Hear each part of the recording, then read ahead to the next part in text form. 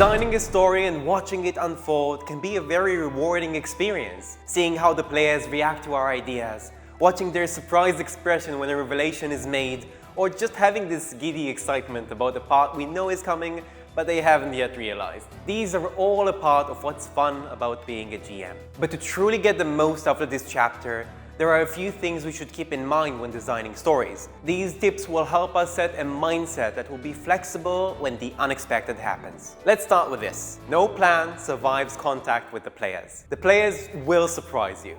They will pull the rug out from under your feet. We can't really rely on obstacles to be challenging enough. Sometimes the dice will simply roll in their favor, or they'll come up with an ingenious idea that will bypass it entirely. It's important to let them succeed when that happens, reward them for creative thinking, or to at least give their crazy plan a shot. The same sentiment is true when it comes to the player's choice. When presented with a hook, sometimes they'll choose not to follow it. If our entire plot is based on this one choice, then it might be a problem when they don't take it. So what happens when the players choose differently than you anticipated? Well, you improvise. We talk more about improvisation in chapter 6. But the important mindset you can adopt is that whatever you improvise, you can always find an explanation later. Remember, the players don't know what you have planned.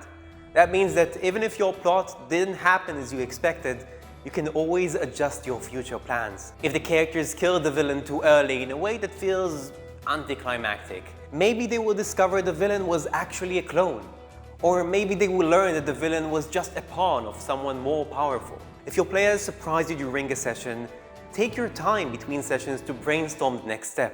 You have the power to add new characters, factions, and obstacles as the game progresses. So don't feel like everything is lost if things didn't go according to your initial plan, because you're the only one who even knew about it in the first place. Like many aspects of GMing, story design is a skill, and like all skills, it gets better with practice. It's difficult to get the story we have in mind across the table, so don't feel discouraged if it doesn't play out as you had initially imagined. Every plot you bring in is an opportunity to try something new and become a better storyteller. Besides, you are not the only storyteller at your table. Your players are there to tell the story with you. Give them the stage, follow their ideas, and trust them to make something beautiful out of it.